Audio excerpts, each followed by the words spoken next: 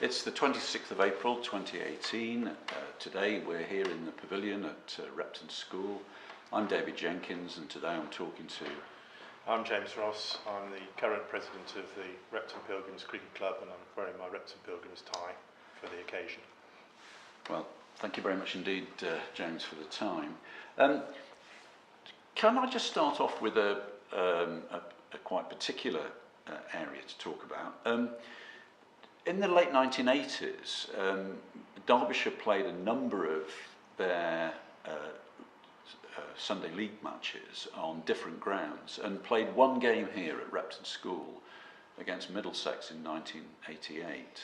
Do you know anything about how that arrangement came about? I'll be absolutely honest with you, I don't. It was played only for a few hours before it was rained off, and I do recall that John Carr, an old Reptonian, was playing for Middlesex. I suspect that given the strong connections over many years, somebody within the Derbyshire hierarchy managed to make the arrangements for the game with Repton School, but beyond that I don't know.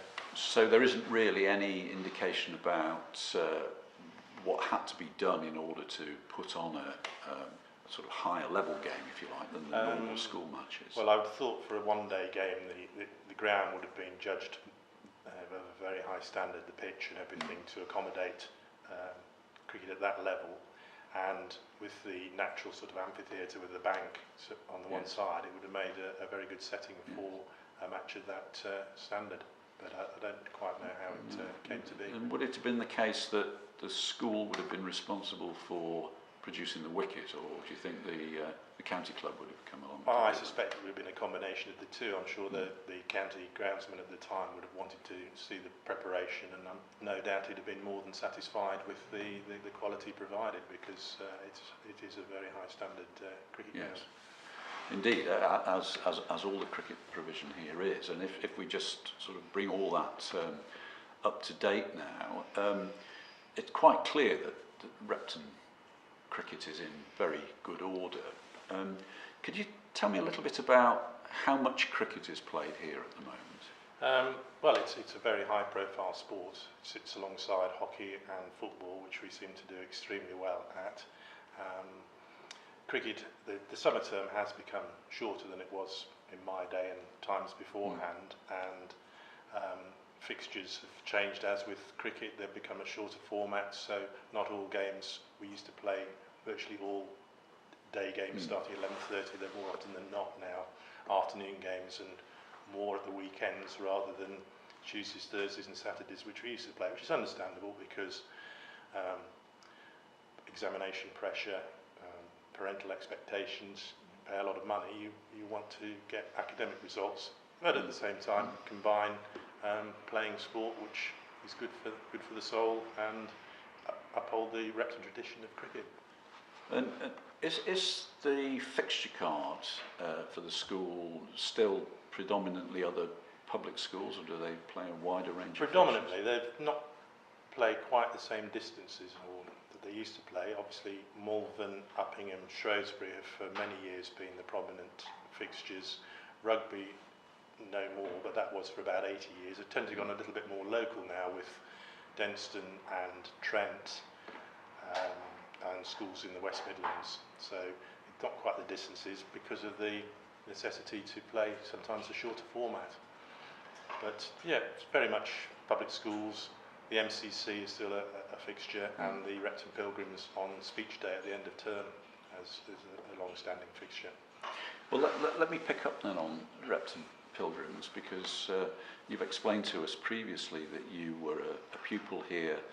You played in the Cricket 11 for 3 years, and will then have moved on and been involved with Repton Pilgrims, as your tie indicates. Tell us a little bit about how you started off getting involved in that. Well, the Repton Pilgrims Cricket Club was founded in 1921, probably formalised, and so it's 97 years old.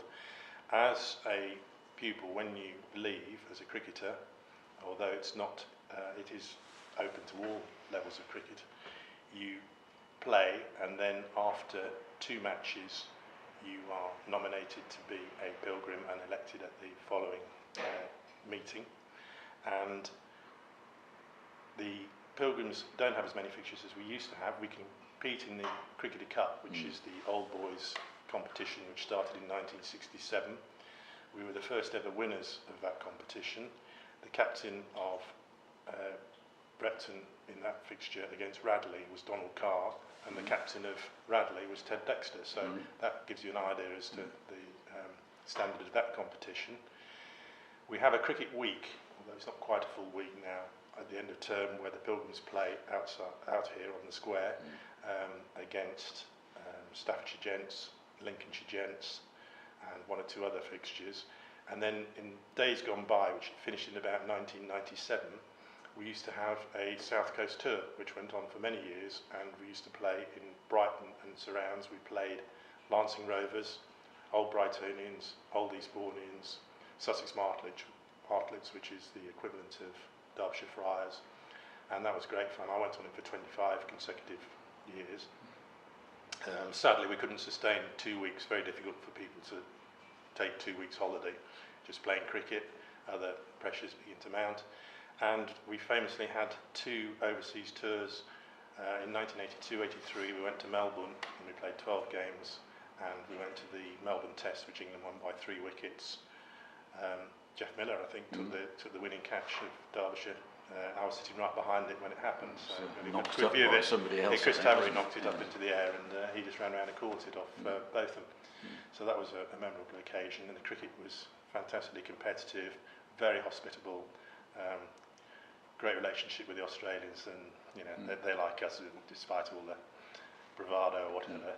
And we had a fantastic time. And then we went to Kenya in 1989-90, and we played in Nairobi and Mombasa, which is comfortably the hottest place I've ever played cricket. I was ill for the whole time. I think I lost a stone when I was there, and I remember playing in humidity that you couldn't believe it in Mombasa. And when we won the Cricketer Cup in 1985, at that time the tournament was sponsored by Moe and Shandong, and the winners had a day trip to Epinay in October when the harvest was taking place for making wine, and it was the most glorious day. And we went to the chateau for lunch, and we were taken around the vineyards, and then we had a trip round the cellars at Moe and Shandong in the afternoon, and then flew back in the evening. It was a memorable day. So cricket, Repton has taken me to Holland, Kenya, Australia, France. Wonderful. Yeah. And where would you put the standard of cricket of Repton Pilgrims and the other teams that you played against? Well, we haven't done quite so well in the Cricketer Cup in recent times, but we're keen to put that right. We're still 32 clubs have played in the tournament, and I think we're about 8th in the pecking order of all-time performances. We've played in 2 winning teams, and 3 times we lost in the finals. We've been in 5 finals since 1967. I would say Repton cricket is pretty high up in the pecking order, and very much recognised on that basis. And so would the Pilgrims be made up mainly of boys who fairly recently left school? That's what we try and encourage, so that it really, as with myself, for the last 45 years, I've been attached to the Pilgrims since I left in 1973, and many of my greatest friends are Pilgrims that I've been on tours with and played alongside. So, as with all Repton sport, not least football, we try and the old boys clubs are a great way of keeping up friendships and maintaining those for a lifetime. And one thing that we haven't established in all our discussions, James, today is what were you as a cricketer? Well, that's probably not really for me to say. I was a batsman. I was pretty slow in the field, but I think I was fairly reliable. Pair of hands at slip, and I batted. I bowled very occasionally. I bowled up until I was about 15, and for some reason it fell away. Although I did manage to get a hat-trick for the under-15s, and I've still got the ball mounted at home. But for the first 11, I batted. And what would the highlights of your playing career be?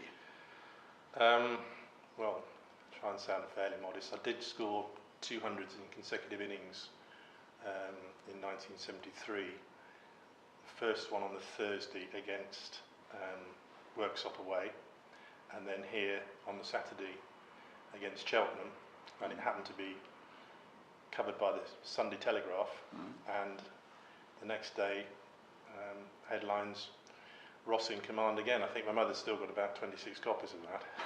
So I was quite proud about that, yeah. And then I did score 100 in the Cricketer Cup for the Pilgrims as well. So and as time's gone on, what has your continued involvement with Repton Pilgrims been? Just the love of the club and trying to watch fixtures, hopefully see youngsters come through, and I've had the good fortune to be appointed president. You do it for a 2-year term. This is my second year, which is something I'm extremely proud of. And is that purely honorary, or do you do? It's honorary. We've got a secretariat. I think since 1921 we've only had 4, maybe 5 club secretaries, which is quite an achievement. A treasurer. We're reasonably well off in funds to help support and encourage young believers to play, and people love playing cricket on the square after they've left. It's a great opportunity for them to continue Repton cricket. So if we were then bringing it back to the modern day, how do you see the future of cricket for Repton and its contribution to sort of the wider game? It's interesting if you look at the England cricket team, rightly or wrongly, it's a reflection of cricket played in schools, but there seem to be a predominant number of public school boys playing in the England cricket team in proportion to those from state schools.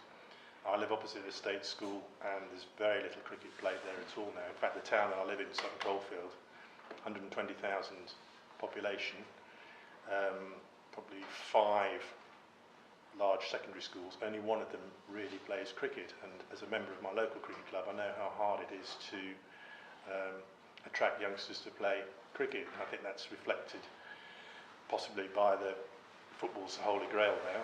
You can't get away from it, and it's an easier game to organise, it's not so costly, and I think Repton cricket will reflect the modern game at the professional level. It's changing and you've got to evolve likewise to the youngsters want the shorter form, and that's the way it is and the way I see it possibly going. I mean, there will still be the longer traditional matches, but probably not quite in such a large number as days gone by.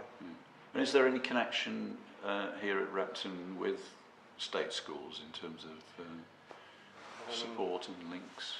I think I couldn't say for sure, but I'm almost certain that Alistair Latton, the current headmaster, will be looking to encourage that, and looking at the fixtures, there seem to be more state school matches now than there were. But as I say, cricket in all schools is not played as much, and I think state schools don't have the resource to produce grounds that Repton is still able to produce, so it makes it quite hard. But there are still Repton boys making their way into first-class cricket, yes, yes. And that's been a fairly constant stream in the last 10 years or so. Yes, I think it took a little bit of a dip in the 70s and 80s, but if you look at the last few years, the likes of Chris Paget played, Paul Borrington, Ross Whiteley, Tom Poynton have all played cricket for Derbyshire, and hopefully that will continue. I think there are 1 or 2 youngsters in the school who have got possibly the potential to do that if they desire. Well, it's been fascinating talking to you this morning, James. Thank you very much indeed for taking the time, and all your memories and contribution much appreciated. Thank you. Well, thank you very much. I'm absolutely thrilled to be invited, and I look forward to seeing the finished product. Thank you. Cheers.